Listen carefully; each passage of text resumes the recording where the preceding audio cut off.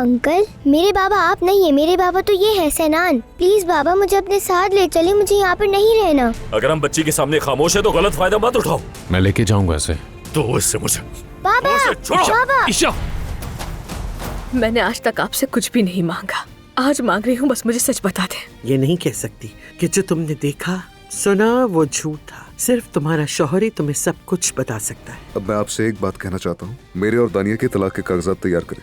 अगर तुम तलाक लेकर दोबारा जमरुद से शादी करते हो तो ईशा की कस्टडी मिलने के इम्कानात बहुत कम हो जाएंगे। जमरुद अदनान को सिर्फ इसलिए नहीं छोड़ेगी कि उसका एक बच्चा है, लेकिन शादी का पता चल गया तो हालात बदल जाएंगे। अदनान, ईशा मेरे काबू में नहीं आ रही। ईशा जैसे ही सो जाएगी मैं वापस आऊंगा।